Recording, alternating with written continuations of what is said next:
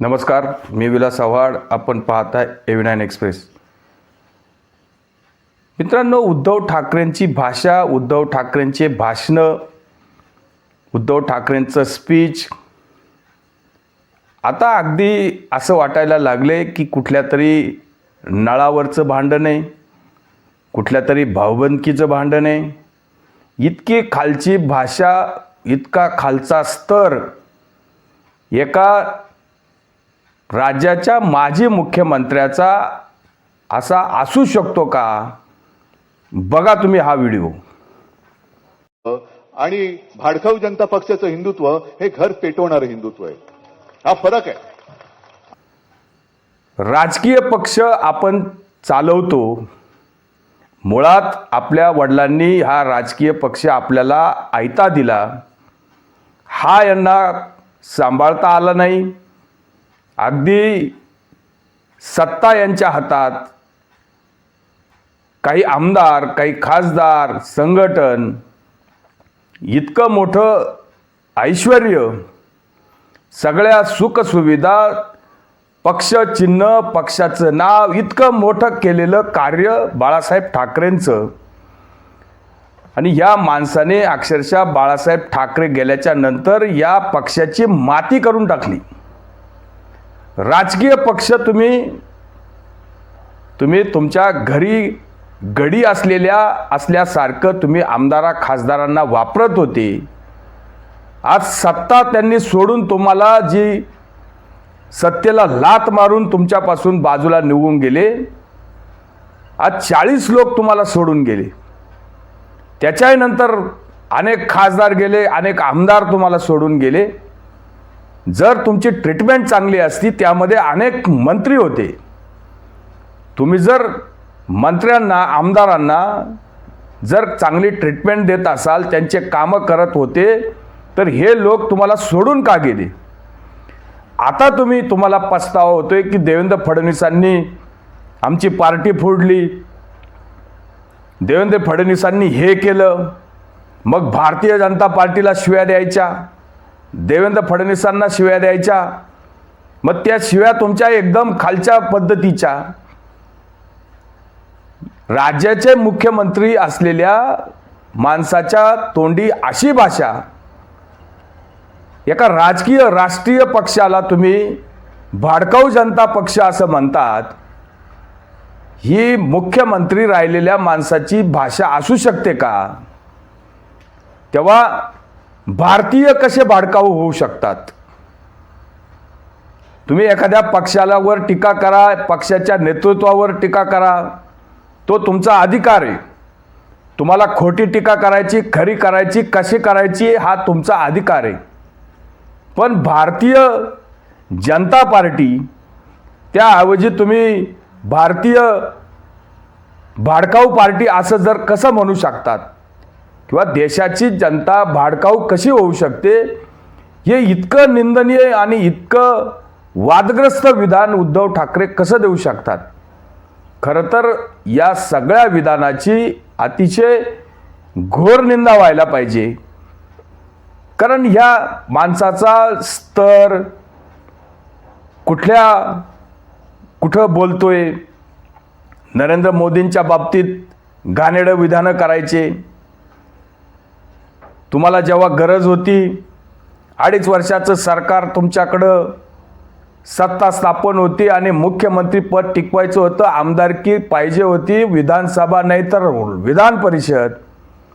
तेव्हा नरेंद्र मोदींचे तुम्ही 10 वेळा पाय धरले आणि विधान परिषदेवर तुम्ही आमदार झाले.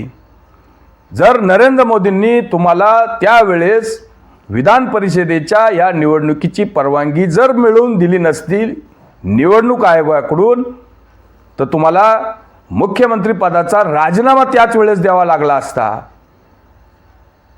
पण या सगळ्या गोष्टीची अडचण तुम्हाला होऊ नये म्हणून त्यावेळे पंतप्रधानांनी तुम्हाला वैयक्तिक मदत केली. तुम्ही त्याची परतफेड या सगळ्या भाडकाऊ बोलून करणार आहेत.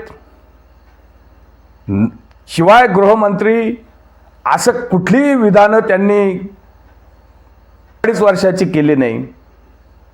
2.5 वर्षाचा मुख्यमंत्री भारतीय जनता पार्टीचा आणि 2.5 वर्षाचा मुख्यमंत्री शिवसेनेचा, अशी बंद दरवाजा आड कुठलीही बातचीत झाली नाही. पण तुम्ही बाकी वेगवेगळ्या खोट्या शब्दा घेऊन, वेगवेगळ्या देवांच्या शब्दा घेऊन लोकांमध्ये जो खोटेपणा दाखवता ते हे अतिशय चुकीचं आहे.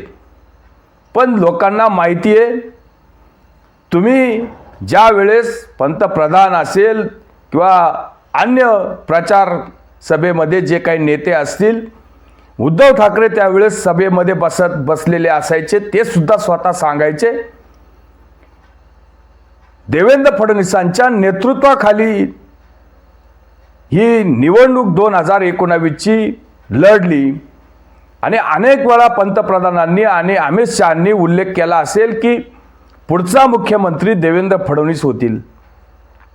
खरं तर जर तुम्हाला कुठला 2.5 वर्षाचा शब्द दिलेला होता तर त्यावेळेस तुम्ही उठून अमित शहांना किंवा नरेंद्र मोदींना सांगायला पाहिजे होतं की आम्हाला 2.5 वर्ष दिलेले, 2.5 वर्ष फडणवीसला दिलेले. मग त्यावेळेस बाकी तुम्ही किंवा देवेंद्र फडणवीसांना मुख्यमंत्री त्यांच्या नेतृत्वात करणारे हे कसं मान्य केलं, तेव्हा 2.5 वर्षाचा प्रश्न कुठं आला. पण तुम्हाला माहीत होतं की देवेंद्र फडणवीसांना आपल्याशिवाय सरकार बनवता येत नाही.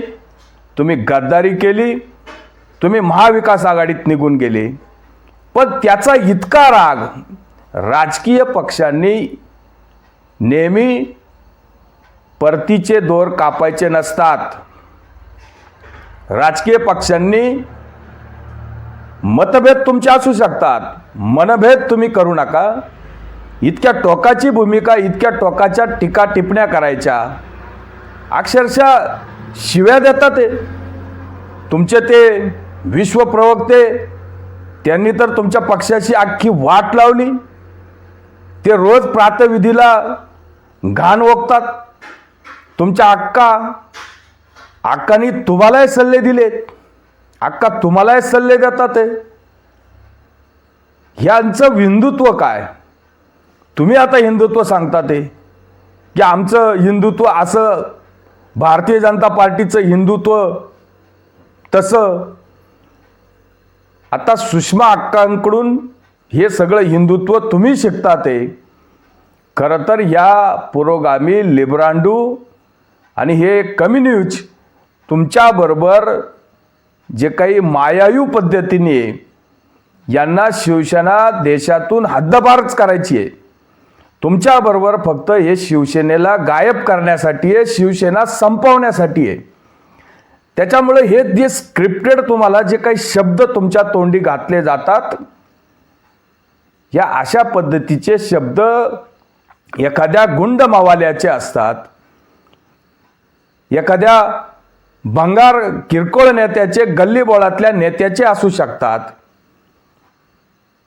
एखाद्या रस्त्यावरच्या सोम्या गोम्याचे असू शकतात. पण आपण राज्यामध्ये 2.5 वर्ष मुख्यमंत्रीपद भोगले, अर्थात ते भोगले, काम काहीच केलं नाही. कुठल्याही जनतेला तुम्ही न्याय दिला नाही.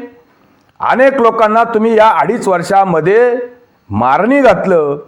शेतकरी अक्षरशः मातीत घातला, कामगार मातीत घातला. ST सारखं 8-10 महिने ते आंदोलन चाललं. ST कर्मचारी अनेक जणांनी आत्महत्या केल्या तुमच्या काळामध्ये.